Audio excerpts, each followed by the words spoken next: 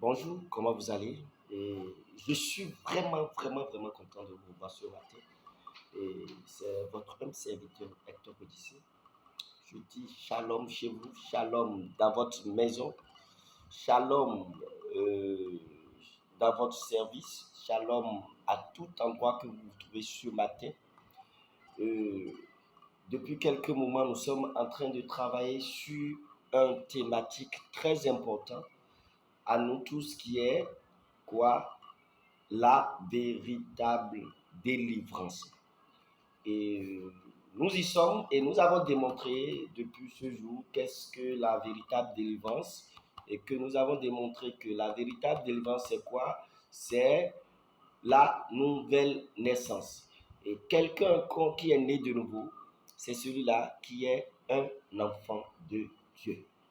Maintenant, comment devenir enfant pour Dieu? Comment devenir enfant pour Dieu? Et dans cette première partie de notre introduction sur la véritable délivrance, et sur la nouvelle naissance, qui est la nouvelle naissance, qui est aussi comment devenir un enfant pour Dieu. Parce que je vais vous dire, tous ceux qui ne sont pas enfants de Dieu sont pourchassés par les démons. Et une fois dans ta vie, tu as rêvé et les sorciers te pourchassent, ou bien tu as fait, tu es allé à un veillée de prière où vous chassez les démons, c'est preuve que les démons sont derrière toi. Et si les démons sont derrière, parce que dans ce monde, nous avons deux sphères. Le sphère de Satan et le sphère de Dieu. Et tout homme qui n'est pas né de nouveau est sur le cercle d'influence du Satan. Ça veut dire que là où ils sont, les démons, les sorciers, tout esprit maléfique peut les embêter. C'est pourquoi dans nos églises, du matin jusqu'au soir, les gens sont là, ils sont en train de crier, ils sont en train de prier contre les démons, mais ils n'en ont jamais de satisfaction. Et si tu es quelqu'un, si tu es dans cette situation, cette vidéo est faite pour toi. Reste câblé du début jusqu'à la fin et tu sauras comment quelqu'un peut être réellement libre. Ce conformément au livre de Jean 8, verset 36. Comment le Fils a franchi. C'est important et c'est pourquoi nous vous exhortons à nous suivre. Si c'est la première fois que tu nous suis aujourd'hui, abonne-toi à cette chaîne, clique sur la cloche de notification, clique j'aime et partage cette vidéo pour que d'autres personnes comme toi qui est dans cette situation très difficile, qui ne sait pas à quel sort se vouer, puissent se remémorer à travers les sept écritures de Dieu et donner un sens à leur vie afin d'avoir cette espérance que Dieu a prévue pour ses enfants. Merci. Avant de commencer, laissez-moi prier. Père éternel des armées, cette nouvelle journée, c'est un grand jour. Je le remets sous ton entier contrôle.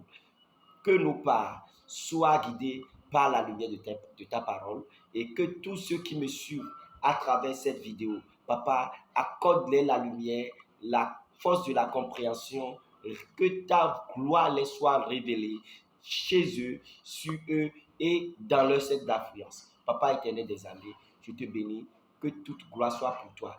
Nous nous effaçons, nous te demandons de nous effacer complètement et que toi seul, tu prends contrôle de toutes choses afin que tout ce que nous allons dire ici soit de ta part, afin que tu ouvres les cœurs à quelqu'un, tu permets à quelqu'un de tomber sur cette vidéo, d'en écouter et de comprendre les fruits du royaume.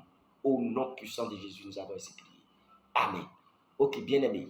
Aujourd'hui, nous allons parler des fausses bases, des fausses délivrances que les gens ont expérimenté. Ils pensent qu'ils sont des enfants pour Dieu.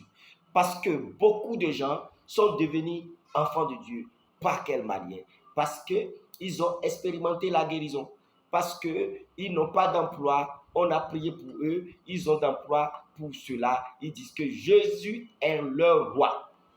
D'autres personnes, c'est parce qu'ils n'ont pas d'enfants, parce qu'ils n'ont pas pu se marier, mais après un prière ou bien une culte de délivrance, une culte d'action de grâce, ils ont pu expérimenter ces choses basiques de la vie Donc, il prétend être enfant pour Dieu.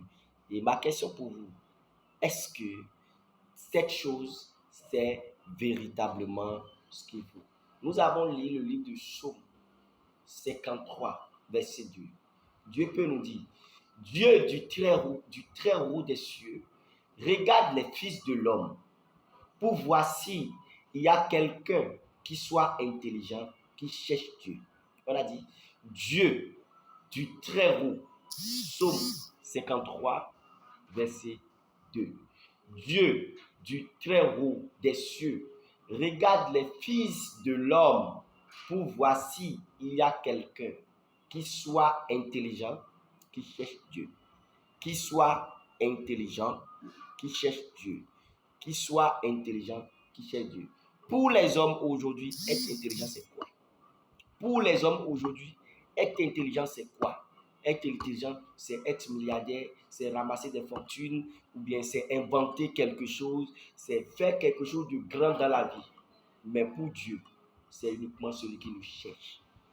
Et si des choses basiques comme ça, si nous pouvons nous tromper, laisse-moi te dire, dans le livre d'Ésaïe 57, verset 8, que Dieu peut te répéter ouvertement, il dit, car mes pensées ne sont pas vos pensées. Ça veut dire que les pensées de Dieu ne sont pas celles des hommes. Ce que tu peux appeler délivrance aujourd'hui, ce que tu peux appeler nouvelle naissance, et toi, tu appelles nouvelle naissance, peut-être ce n'est pas conforme à la pensée de Dieu. Et pour pouvoir voici ce que, sur la base sur laquelle je m'appuie et je m'appelle enfant de Dieu, est conforme à celle de Dieu, il est important, comme l'apôtre Paul l'a dit dans le livre de Corinthiens, nous puissions nous examiner à travers la lumière des Écritures. Donc, il dit que ces pensées ne sont pas les pensées des hommes, que ces voix ne sont pas nos voix, dit l'Éternel. Ésaïe 55, verset 8. Vous pouvez aller chercher ces versets dans vos livres. Et si Dieu est en train de dire ça, ce n'est pas seulement à cause de nous. Parce que ce phénomène d'appartenance, d'adoption, d'être enfant de Dieu, c'est déjà produit dans le nouvel et auparavant. Et cette situation a été avec Jésus et les Juifs. Et les Juifs se réclamaient enfants pour Dieu. Enfants pour Dieu. Mais Jésus les reprend solennellement et il les a dit qu'ils ne sont pas enfants de Dieu. Et nous pouvons voir ça dans le livre de Jean 8, verset 39 à 44. Il dit, il lui répondit, notre père c'est Abraham. Et Jésus leur dit, si vous étiez enfants d'Abraham, vous feriez les œuvres d'Abraham. Verset 41. Jean 8, verset 41. Vous faites les œuvres de votre père. Il lui dit, nous ne sommes pas des enfants illégitimes. Nous avons pour père Dieu. Ça veut dire que les Juifs reprennent Jésus et ils disent à Jésus qu'ils ont pour père Dieu. Mais Jésus, qui vient directement de Dieu, qui est Dieu incarné, les reprend dans le livre de Jean 8, verset 44. Il dit, vous avez pour père le diable. Ça veut dire que là où tu es, tu vas à l'église, tu pries bien, tu jeûnes bien, tu donnes tes dîmes, tu fais tout ce que quelqu'un doit faire. Tu pratiques la vie de la sainteté. Et tu penses qu'en faisant ça, tu es enfant pour Dieu. Laisse-moi te dire. Si Jésus a dit aux Juifs qui sont enfants pour diable, et eux qui quittent directement le ligné d'Abraham, toi qui es un païen, tes aïeux sont vaudouisants, tu n'es lié à Adam et Abraham ni en aucun point. Comment se fait-il que tu dis que tu es enfant de ce Dieu très vivant? Et si c'est maintenant tu commences par réfléchir, tu commences par chercher ta généalogie, ça veut dire que auparavant tu n'étais pas enfant de Dieu. Parce que comme ce monsieur dont j'ai démontré, beaucoup de gens ont fait de très bonnes œuvres. Nous allons lire dans le livre de Luc 16, verset 27. Dans le livre de Luc 16, verset 27, on a dit, le riche dit, je te prie donc, Père Abraham, envoie Lazare dans la maison de mon père, car j'ai ses frères. Verset 28, il dit, car j'ai ses... Et si nous allons parler même du riche, c'est un monsieur qui est pieux, intègre, qui donne ses dîmes et ses offrandes à temps. Il respecte bien les commandements de Dieu.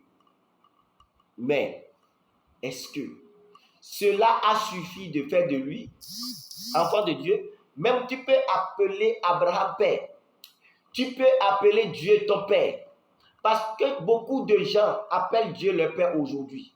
Mais cela n'empêche pas de te trouver dans un lieu de tourment. Parce que néanmoins que le riche appelle Abraham père, il s'est retrouvé dans un lieu de tourment.